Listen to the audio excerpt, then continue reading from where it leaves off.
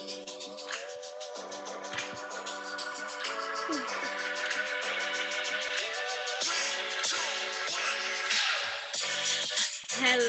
everyone, and welcome back to Empower Her podcast. This is our second episode, and we are so happy that you are joining us. And we hope you enjoyed the first episode and are excited to see what we have in store. You already know myself. Again, my name is London. I'm a host on Empower Network. And then we have the other London, creator of Empower Network. And we are happy to introduce our guest for today, as well as future episodes. You'll be seeing her face, Tommy. Hi. So I'll go ahead and let her introduce herself. So my name is Tommy. I'm a singer from the DMV area, which is DC, Maryland, Virginia. I've been singing all my life. You might have seen probably my viral videos of street performing and things like that. And yeah, I have my music, Virgo Lover, on all streaming platforms. And yeah. We'd love to see it. So glad to have you here. So before we get started, let's just talk a little bit about this weekend. So was anyone else out there melting like I was? No, I definitely was. Yes, It it was was extremely hot. Girl, I think this was like the first hot day, the legit hot day that we've had since last summer, and I wasn't ready for it. I wasn't either, but you know what? I won't complain because with the way the weather has been, you don't know whether it's going to be warm or cold. So I was taking it. I We was didn't even put up outside. my winter clothes yet because it's like tomorrow might be 20 degrees, so you just don't know. Yes. exactly. I had no time to prepare. Mm-mm. None at all. Like, and the lace was melting. The drip, it was dripping. Not the drip. Yeah, The it was a face. drip. It was a lot of drip going through them braids.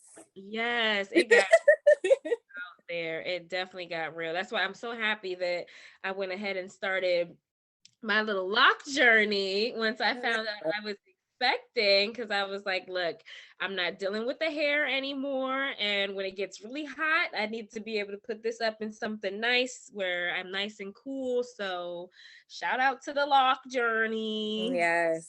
How has that been for you? It's been really nice. I think I'm what 2 or 3 months in, and I'm just so excited. It's something that I definitely me and my husband discussed like early on in our relationship. We've been together 8 years. Oh, we celebrated 8 years 2 days ago. Oh, Yes. But it's something we discussed like early on, and I was always like, man, I want dreads so bad, but I want to enjoy doing different hairstyles and stuff now. But once you get me pregnant, the dreads is gonna come. So once we found out that I was pregnant almost 6 months ago, that's when I started that journey. Well, no, I didn't start it 6 months ago. I actually started it 3 months ago. So about 3 months into the pregnancy, I finally decided to go ahead and do it. And I'm just so excited. Like I just love seeing women and their locks and their natural hair and just all the different styles you can do. And at the same time, I don't have to wake up every morning and do my hair. So Yeah. that's the biggest plus for me. Yeah. I'm jealous of you guys. you see this. Okay. Like, look, I don't got to do nothing. Okay. Wash and go for me. I just wake up. I woke up like this, okay? But no, Tommy, I love the hair. I love the color. I love the Girl. on Yeah. you. It Thank is you. the flip, the I swoop. think it's gonna be the new standard. Like, It has to be because I just love yeah. it. Don't change it. Don't I, change it. Oh, okay. Well, enough chit chat. So, we're gonna get started by kind of recapping what we discussed last episode.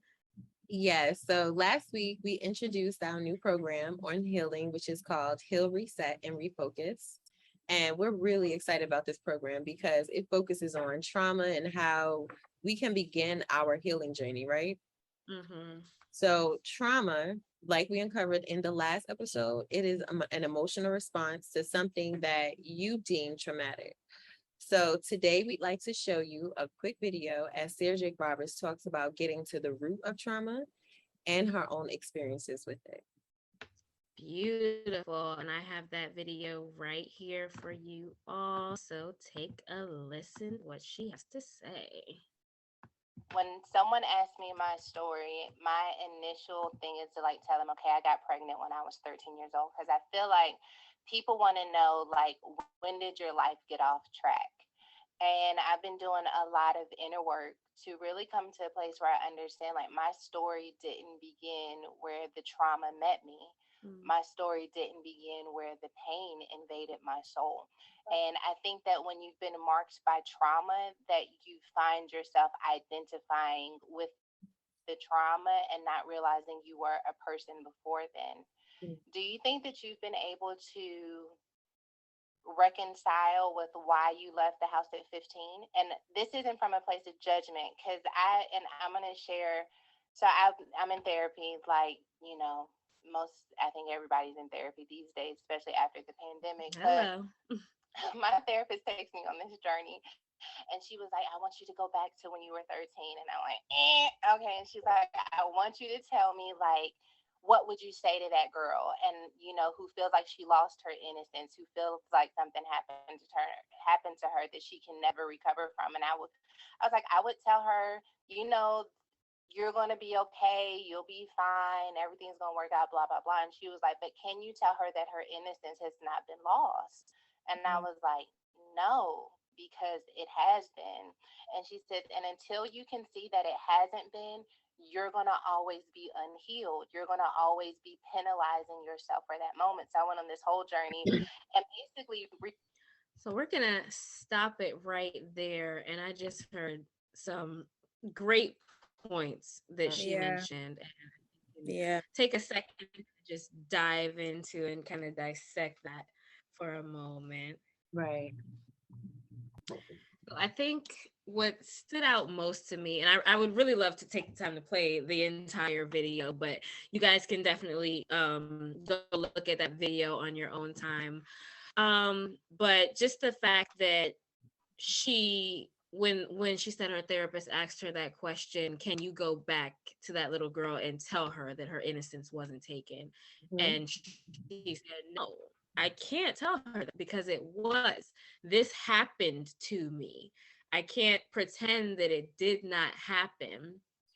And I think it's just so important that we really understand that things happen and we get traumatized by them, and it doesn't help us to kind of sweep it under the rug or pretend it doesn't happen, pretend it doesn't affect us, because then we're not healing from it. And that's how we get into trauma affecting us in our childhood, because in our adulthood, because something that happened in our childhood, we didn't address it, we didn't fix it, we tried to pretend like it didn't happen, we just tried to cover it up. And I think it's just really important that she was able to identify it and say, this happened to me.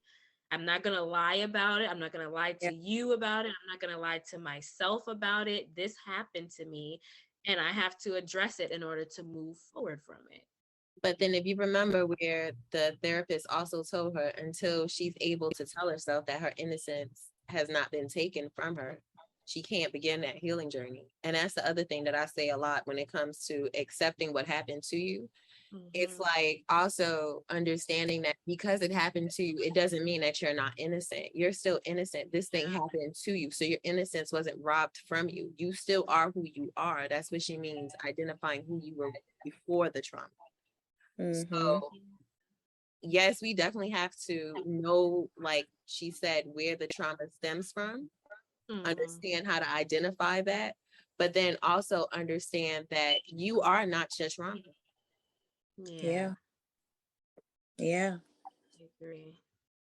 That's a good point. I'm glad that you said that, because you can't, I want to say, you can't let it follow you forever. You can't let it change who you can become. And that part is important. Yeah, you can't let it change who you are or who you can or want to become. you can't let it stop you. And I think that that's really what she was trying to get at. Mm-hmm. Yeah. Whew. So Yeah. that was a little deep, right?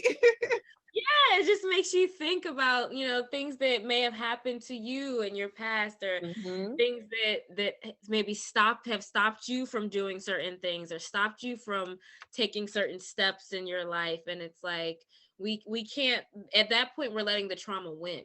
And we Right. don't let trauma Right. around here. We don't let trauma win around here, Mhm. okay? Yeah. We identify it, we heal from it, and we move on from it. We recover, we grow, we evolve Yes. from it. Mm-hmm. Yeah.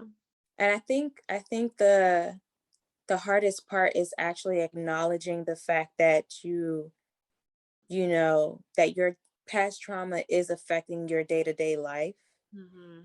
And so when it comes to the healing process, I feel like a lot of people don't even know the steps when it comes to healing, or where to even start. Yeah. Um, but I feel like, things like therapy now, I feel like that's like the first step. But I think the main first step is just acknowledging that something is happening, Mm-hmm. Yeah. affecting. Yeah. Definitely. And I love that you brought up therapy. And so did Sarah Jake Roberts in the video. And she was like, I'm seeing a therapist, which I think everybody is nowadays. And I just love that it's such a common thing now. It's Yeah. not oh, you're in therapy. Well, what's wrong with you? What happened to you? Like, I'm in Mm-hmm. therapy because it's healthy. Because Yeah. That as part. human beings, we need it. Like, why are you not in therapy? Like, you telling me that you ain't got nothing you need to talk about? Right. Mm-hmm. Nothing you need to get off your chest? Like, I love that in this day and age, therapy is not something that's looked down upon or frowned upon. Like, oh, you need to be in a mental hospital or something. Like, no, ma'am. No, I'm bettering myself. I'm working on myself. I'm healing. Mm-hmm. That's what it's all about. So I'm just really happy that we're not all icky about, therapy anymore. Right. Because at one point it was like, oh, you in therapy? What, Right. you need a stray jacket? And let me say, even especially in just Black culture, It's it was it was looked at as like, what, Yeah. for what, you know? Yeah. So the fact that that shift is happening, I feel like people are becoming more aware, especially after the pandemic. I feel like once people started sitting with themselves and realizing that, I they got some couldn't sit with themselves. issues. Like I Yeah, got some issues. I don't even want to sit by myself. This is Yeah. a problem. yeah, yeah. So that's a really good thing. It's Yeah. amazing how society can really, you know, halt your whole process of trying to better yourself. Yes. Mm-hmm. Society definitely plays a big part in that, and it can kind of steer you away, or you feel embarrassed, or I don't want people talking about me. I don't want people to know I'm in therapy. But at this point, it's something you should be proud of, because it means Mm-hmm. that you're taking those necessary steps. You're Yeah, not holding it in, and then it comes out in your relationships, it comes out on your job, and you're wondering, why am I losing friends? Why can't I make friends? Why am I scared to do this? Why am I scared to do that? Like, I think it's a big step that we should applaud people yeah. Mm-hmm. for going ahead and taking that step and going to therapy. Yeah. Because like ultimately you're developing emotional intelligence and self-awareness. Yes, that part, self-awareness. Yeah. So Absolutely. Ladies touched on a lot of different things. A lot of different things. So just want to bring it back real quick and just slightly touch on now the different types of trauma. Because remember, we talked about it in the last episode. Mm-hmm. And now we're just going to give you some examples of the different variations of trauma and then how it affects us or may show up for us in our lives. So we have acute trauma, which is a one-time event. And I'm sorry, I keep looking away because my dog keeps coming over here bothering me. I'm trying to figure out why she's not in the back. But acute trauma is a one-time event. So this could be something as simple as falling off your bike and just imagine like you're just learning how to ride your bike and then you fall off and now you're probably afraid to get on the bike again. And then while I was like rehearsing earlier, my son gave me an example. He was like, "Ma, I remember when I was doing backflips," and I thought he was just going to give me one of his long stories again. So I'm like, "What this got to do with trauma?" He was like, "Because I'm trying to tell you, one time I was doing backflips, and when I did a backflip, I hurt my neck. And after I did that, I didn't want to do backflips anymore." But what I ended up doing was trying to figure out how I could do the backflip and actually maneuver where I'm not leaning on my neck. So I said, "Oh, okay, so you worked through it." He was like, "Yeah, so now I know how to do backflips, so no problem." I was Yes, like, I "Okay." love it. Oh, I love it. Yes, right. And then we have chronic trauma, which is repeated and prolonged experiences. So that could be like child abuse, domestic violence, emotional and physical abuse. So, that list can go on. And then we have complex trauma, which is exposure to multiple traumatic events from an early age. So this is most often seen in the parental home. So it's like seeing your parents fight, whether it's like verbally or physically. Um, and then we can talk about how we see it in our own neighborhoods. So that's gun violence, police brutality. I mean, please, we could keep going and talking about that one. mhm. So complex trauma is obviously very complex for a reason. And then we have historical trauma, aka generational trauma. And so that's collective trauma experienced by a group across generations. So that can be seen in slavery or just like certain a breakdown in a family that starts up here and then it just trickles down and trickles down. And remember last week we touched on how the mother was affected and how that affects the kids, or certain things and sayings that we pass down. And I think, Linda, you said a few of them last week. Yeah, I know we touched on it kind of came to my mind when you were telling him, just kind of expressing yourself about your shyness and how sometimes you're a little nervous about speaking, and it just popped in my head like that's an example of generational trauma, like when our parents or grandparents used to say you need to be seen and not heard, or you can only speak when spoken to, those little things you don't really think off the top of your head. Oh, like that's not traumatic, like you could, because we have to look at it from another perspective. You are a child, you're supposed to stay in a child's place, you shouldn't just be butting in on a grown folks conversation. Yeah. But at the same time, if we're having a conversation, I would like to hear your opinion. Like you are a child, but that doesn't mean that you don't have an opinion. It doesn't mean that you don't Mhm. have thoughts. It doesn't mean that you shouldn't speak up for yourself. So those little things we just want to be mindful of, and we don't realize that those could be, traumatic. And then now the child thinks, when I, even as an adult, when I walk into a room, if no one says nothing to me, I better not say nothing. I should be seen and not heard. Only speak when someone speaks to me. Like as an adult, that's not how that's not how you behave. Yeah. So it's like a two-sided thing. And that can like show up in our relationships when we meet someone for the first time and we're kind of, getting to know them. And then it's this, I don't want to text first, or he needs to text me first, or I'm only going to speak to him if he says something to me, And like that's a combination of being a woman or being shy or whatever. But it can also trace back to those things that our parents told us, that you don't need to talk unless somebody say something to you, or don't be seen and don't be heard. And that was the one. yeah, right. And then I think I'll just go into maybe a few more examples that I can think of. Especially with generational trauma and complex trauma, I can think of two off the top of my head. I know, Tommy, you mentioned just a second ago about therapy in the Black culture and in society. That is a piece of generational trauma, because how we're saying today, like it's so wow. How we're saying today that it's we can it's accepted more, but back then it was like you don't need to be in therapy. If you're in therapy, something's wrong with you. If you're in therapy, there's an issue, it's embarrassing. You shouldn't really be telling people you're in therapy. Why are you going to therapy? So those societal things, or those things in your generation, that can affect you. And now that you're having issues and you need to see a therapist, you're scared. you don't want to, you're embarrassed. So you're holding in all these things, you're not healing simply because of what society might think or what your grandparents told you about what it looks like when someone goes to therapy.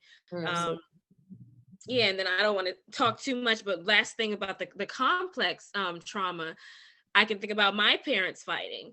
You know, when I was young, my parents would go at it. They're divorced now, both happily married now, but back then, you know, there was a lot of fighting going on, and me and my siblings and we would be cowering in fear in the corner somewhere, like, oh my God, what's going on? And I can remember even in my teenage years or as a young adult, whenever I would hear someone arguing, I would get that same feeling like, oh my goodness, what's happening? Like somebody's upset. I can just feel the vibrations in the air. I want to go into a corner and hide. I want to cry and wait till it's over and not come out until it gets quiet again.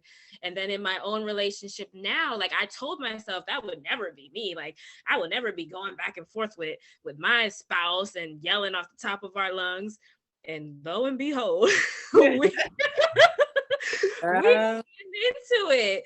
So like it really followed me. And now that I have a little one on the way, I'm just like, that can't be us. Like I do not want to put my little girl or, you know, in the future, other children through that. I don't want them cowering in fear in the room, listening to mommy and daddy going off. Like, that stuff really haunts you and follows you.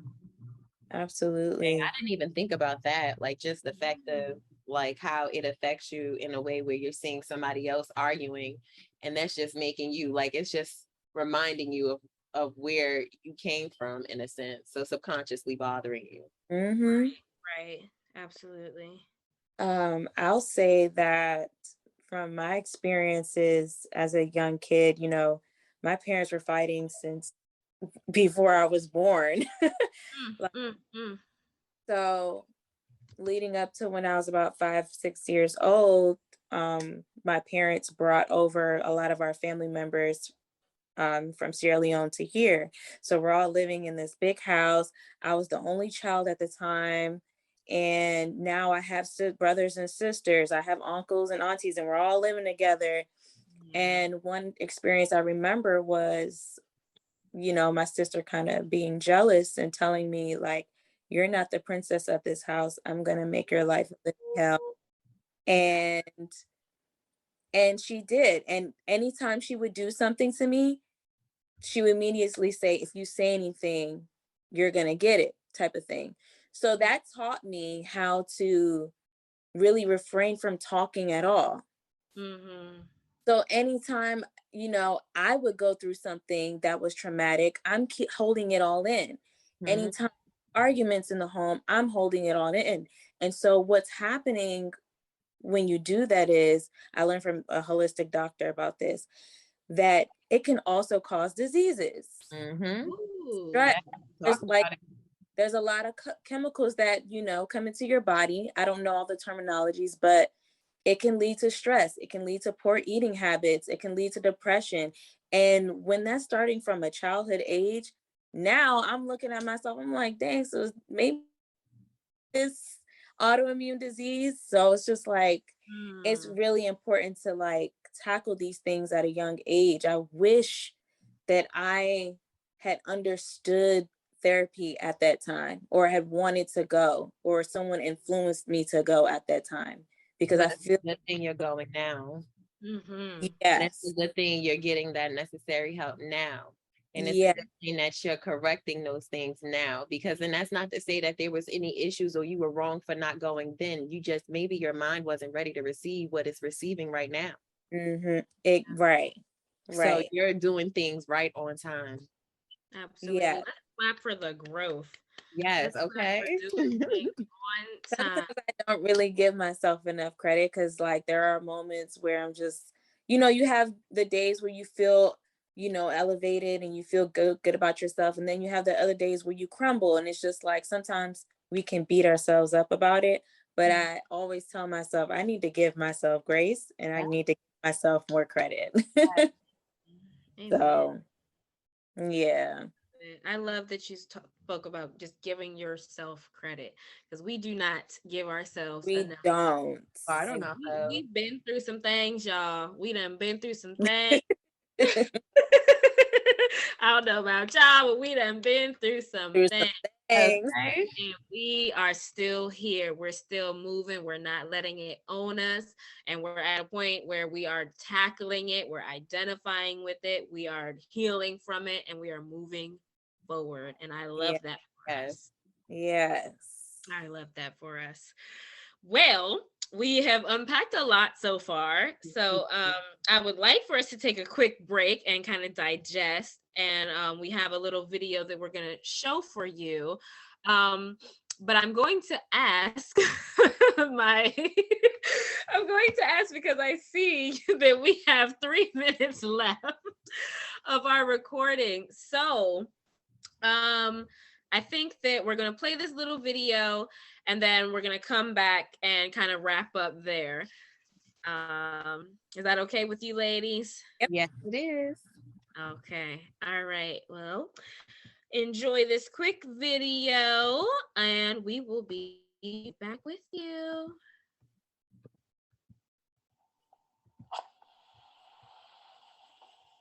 After a long day, you're going to want to unwind. And at Self-Discovery, we have just the right candle for you. A healthier you starts with a mind that is grounded. Shine light into your life with our handmade candles. Premium quality of candles for every occasion. Come by our store and check us out at indiscoveringme.com. Hope to see you there.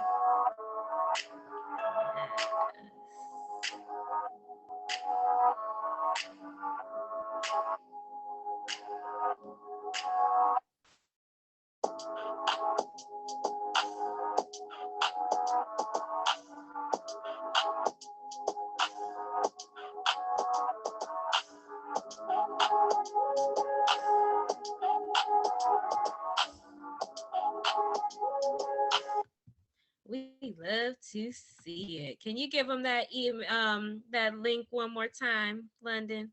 Yes, it is indiscoveringme.com. And if you go to the very top, you will see where it says view our candle collection and you can click there. Yes, I love it. It was that marble one for me. I was like, ooh, Mhm. marble. I love me some marble. Okay, well, ladies, I think it's about time for us to wrap up. But before we go, we wanted to discuss some of the ways that trauma shows up in our adulthood and just kind of give you some self-reflection questions that you can kind of take to, just reflect on. All right. So that was a lot. We unpacked a lot. We talked about a lot. We covered a lot. So now here's some questions that we can ask ourselves, especially when we're faced with a traumatic experience, right? Mm-hmm. So one question I like to ask myself often is, what lesson have I learned, or what lesson did I learn from the situation? And how has this situation caused me pain? And the reason why I like that question is because it always helps me to kind of just be present in that moment and then kind of figure out, am I reacting from, a traumatic space or from this present moment? Yeah. And then, what is it that I'm supposed to learn from this situation? And then what feels familiar in each outcome that maybe has possibly broken my spirit? And then in what ways has it broken my spirit, right? Yeah. And then lastly, how is this situation different from the last situation that you were in? So until we are able to understand where the pain or where the root cause of whatever it is that we've gone through, until we're able to identify where that is coming from, we're not able to find a solution to heal it. So how can we heal a wound that we can't see? Right. So do y'all remember the liquid Band-Aids? Yes. So She like, was that before your time? Am I showing my age? girl, we the same age, so No. So you gotta remember liquid Band-Aids. Okay. So liquid band-aids, they used to be my absolute favorite. And I would like, cause I don't like the band-aids on me because it would just be too hard to rip it off or whatever. So I was a pump, put it that way. So I'll put the liquid band-aid over it. But my little behind would keep putting the liquid band-aid over the liquid band-aid, over the liquid band-aid, over the liquid band-aid, right? So I got all these freaking layers of fake skin over the wound that never got a chance to heal because I'm just covering it up. Yeah. Right. So that's kind of the same situation. And the crazy part is, I remember one time I kept doing it, right? And I ended up getting an infection. Oh A no. cut. So it sounds super nasty, which it was. And I had to run it under the water. And I was too afraid to run it underwater because then that means I got to take the fake skin off. Mm-hmm. And then I got to let the water rinse off all that gook and that stuff. That shit hurt. Excuse my language, but that hurt. So now I gotta get to the pain, like to the root of the pain in order to heal it, because it wasn't healing. It was just sitting there, an open wound with all this fake skin on top of it. And that's kind of how you think about, life with trauma and stuff like that, going through different situations and just masking it instead of dealing with it. So you always go back to those 3 questions, just to kind of help yourself be present and then really identify what it is that you're going through. And we're definitely going to leave you with those questions, but another way to identify if you even need healing, because some people go around not even knowing that they need healing. And I remember I took child psychology. That was like one of the most interesting courses I've ever taken in my life. And she walked around the class, and I'll never forget that class. But she said, sometimes, we'll go through a situation and we don't even know that we're the ones that's broken. So we keep finding ourselves in these same situations, and I'll call it like meeting the same soul in different bodies, or finding yourself in the same repetitive cycle. And you're just like, well, why do I keep going through this? What's going on? Why? And you're thinking there's something wrong with everybody else. And so again, you're masking the situation and jumping from situation to situation, not realizing that it's you. It starts with you. Right. And then that's where we go back to them questions where it's like, okay, well, what am I learning from this? What can I identify this? Why does this feel so comfortable? So that's like, I think when you realize, or when you find yourself in a repetitive cycle, there's something that needs to be healed there. So that's when okay, I need to figure this out. And that's when you want to take that step back, because 9 times out of 10, there's something that you need to heal from. And then you have to start asking yourself the right questions in order to get to the root of it. Because in order to move forward from whatever it is for you, you have to first identify the root of it. And that's why our program was set up the way it is. And I really like the program because we talk about what trauma is. We talk about how to get through trauma. We have different, activities to help you focus and just reprogram your mind and create those mindset shifts that you need in order to just prepare yourself to move forward, especially after healing, right? So I like how you talked about that, how you tied in that whole Band-Aid thing. It's painful. And I will never sit and tell someone, oh, you have trauma, well, let's tackle this, it'll be a breeze. No, it's going to be painful. For one, if you have trauma that you have not dealt with, you're literally digging into those old wounds. You're reopening things that your mind might have shut down as a defense mechanism. You don't even remember it. And you remember one thing, and then it's like, oh, and this happened too. And then too. Like, ooh, and then you realize I haven't been through a lot.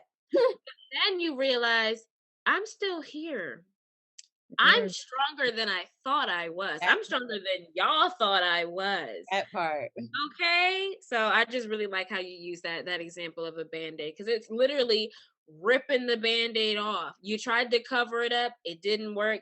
Rip it off, deal with it, and then move forward. Yeah. Absolutely. So, I don't know. We talked about a lot. We definitely talked about a lot. We talked a lot about trauma. We talked a lot about healing, and I'm really interested in our next episode, because I know we're going to talk more about healing and how to, dive into different avenues of healing. So that's going to be interesting, right, ladies? Oh, yeah. Absolutely. And make sure that you check out that program, Heal, Reset, and Refocus, which is available now. It's really going to dive into all these things that we're kind of just touching on the surface, and it'll give you an opportunity to really, on your own time, dive into it, digest it, relate, express all of those things that you really need to do to get to that healing process. Yes, and you can also check us out on IG. So our name there is self_discovery19. And ladies, we have a special community just for us, which is community.indiscoveringme.com. You can also check us out on a link because I have all of our links up there as well. And you can watch our YouTube, EmpowerHer Podcast, L&L Incorporated, or INT for short. So this was like really a great week, a great topic. I've really enjoyed talking with you ladies. Yes, me too. I think we really got into a lot, and it's nice to hear some personal experiences, and I'm just really excited about what's to come. And when you think about trauma, you can get kind of nervous, like, oh, is this about to be so dark and depressing? But when you really think about the Uh-oh. Now, A little bit. Let's see. I could pull it again. All right, guys. So I think we just lost someone. London, we lost you a little bit, but it's okay because we were wrapping up anyway. So again, check us out on Instagram.